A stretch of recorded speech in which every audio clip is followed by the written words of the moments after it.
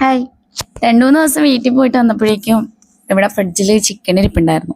അപ്പോൾ ഞാൻ വിചാരിച്ചു എന്നാൽ പിന്നെ ഇന്നത് ക്ലിയർ ചെയ്തേക്കാം, അതിനകത്ത് കറി വെച്ചേക്കാന്ന് വിചാരിച്ചു. നിച്ചൂട്ടനാണെങ്കിൽ ചിക്കൻ ഉണ്ടെങ്കിൽ കുറച്ചേറെ ഭക്ഷണം കഴിക്കും, അല്ലെങ്കിൽ കഴിക്കും കേട്ടോ. അവന് വലിയ പ്രശ്നമൊന്നുമില്ല. അവന് വിശപ്പുണ്ടെങ്കിൽ അവൻ ഭക്ഷണം കഴിച്ചോളും. അവന് ആരും പുറകിൽ നടന്ന് അങ്ങനെ ശല്യം ചെയ്യുമൊന്നും വേണ്ട.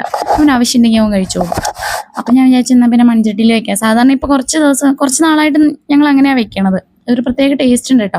നമ്മൾ നോർമലി കുക്കറിൽ വെക്കുന്നതിനേക്കാളും ഒരു പ്രത്യേക ടേസ്റ്റ് ഉണ്ട്.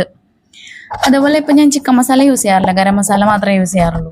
അതിനെ പോലെ തന്നെ മാറ്റം വരുത്തിയതെന്ന് വെച്ചിട്ടുണ്ടെങ്കിൽ ഞാനിപ്പോൾ നല്ലെണ്ണയാണ് യൂസ് ചെയ്യുന്നത്. നമ്മുടെ നോർമൽ വെളിച്ചെണ്ണേനേക്കാളും നല്ലെണ്ണ ഉപയോഗിക്കുമ്പോൾ ഒരു പ്രത്യേക ടേസ്റ്റ് ഉണ്ട് കേട്ടോ. നല്ല ടേസ്റ്റ്, നല്ല മണവുമാണ് കറിക്ക്. ഇതൊക്കെ ഇപ്പം ഞാൻ വരുത്തിയ മാറ്റങ്ങളാണ്. ഈ ഇടയ്ക്കിടയ്ക്ക് നമ്മൾ ചെറിയ ചെറിയ മാറ്റങ്ങളൊക്കെ വരുത്താറുണ്ട്. അപ്പോൾ ഇത്തവണ ഇങ്ങനെയുള്ള മാറ്റങ്ങളിലൂടെയാണ് ചിക്കൻ കറി വെക്കുന്നത്. കുറച്ച് നാളായിട്ട് ഇപ്പം ഇങ്ങനെ തന്നെ വെച്ചുകൊണ്ടിരിക്കണം. എല്ലാവർക്കും ഇഷ്ടമാണ്. പെട്ടെന്ന് തീരും കേട്ടോ. മൺചട്ടിയിൽ വെക്കുന്നതുകൊണ്ട് മാത്രമല്ല, അത് വേഗം തീരുന്നുണ്ട്. കുക്കറിൽ വെക്കണതിനേക്കാളും ഇത് പെട്ടെന്നാണ് ഇതിൻ്റെ തീരൽ. ഞാൻ ചിക്കൻ കഴിക്കാറില്ല, ചാറ് മാത്രമേ കഴിക്കാറുള്ളൂ. ചാറ് എനിക്ക് ഭയങ്കര വീക്ക്നെസ്സാണ്. ചാറ് എത്ര കിട്ടിയാലും ഞാൻ കഴിച്ചോളൂ. പക്ഷേ ചിക്കൻ്റെ പീസ് കഴിക്കാൻ എനിക്കിഷ്ടമില്ല. എന്നാലും കഴിക്കാൻ ഉണ്ടാക്കി കൊടുക്കാൻ ഭയങ്കര ഇഷ്ടമാണ്. അപ്പോൾ ഇന്ന് ചിക്കൻ കറി വയ്ക്കാമെന്ന് വിചാരിച്ചു. ചിക്കൻ കറീൻ്റെ കൂടെ അപ്പോൾ എന്താ കഴിക്കാമെന്ന് വെച്ചിട്ടുണ്ടെങ്കിൽ ഇന്ന് ഞാൻ നോക്കിയപ്പോൾ നല്ല പാലപ്പത്തിൻ്റെ മാവുണ്ടായിരുന്നു. അപ്പോൾ എന്നാൽ പിന്നെ പാലപ്പം ഉണ്ടാക്കാമെന്ന് വിചാരിച്ചു. ഫ്രിഡ്ജിൽ നിന്ന് ഞാൻ പാലപ്പത്തിൻ്റെ മാവും കൂടിയൊക്കെ എടുക്കാനാണ് പോയത്. അപ്പോഴേക്കും അളിയനും വന്നിട്ട് ജ്യൂസിൻ്റെ സ്ഥാനത്ത് മറ്റേ ഇത് വെച്ചു, തൈര് വെച്ചു, തൈരിൻ്റെ സ്ഥാനത്ത് ജ്യൂസ് വെച്ചു എന്നൊക്കെ പറഞ്ഞുകൊണ്ട് നിൽക്കുന്നുണ്ട്. ഫ്രിഡ്ജ് തുറന്നാൽ ഓടി വരും കേട്ടോ നിച്ചൂട്ടൻ.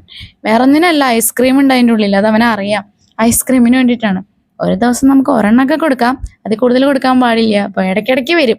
ഇല്ലെങ്കിൽ ചെയറൊക്കെ ഇട്ട് വന്നിട്ട് ഫ്രിഡ്ജ് തുറക്കാനൊക്കെ നോക്കും. ഇപ്പോൾ എടുത്തു കൊടുത്തിട്ട് ഞാൻ എൻ്റെ പണിയിലേക്ക് മെല്ലെ പോയി. അവിടെ ഇരുന്നോളും, കുറച്ച് നേരം ടി വി ഒക്കെ കണ്ട് അങ്ങനെ ഇരുന്നോളും. ഇവിടെ കളിക്കാനൊന്നും ആരും ഇല്ലാത്തത് ഭയങ്കര പാടാണ്.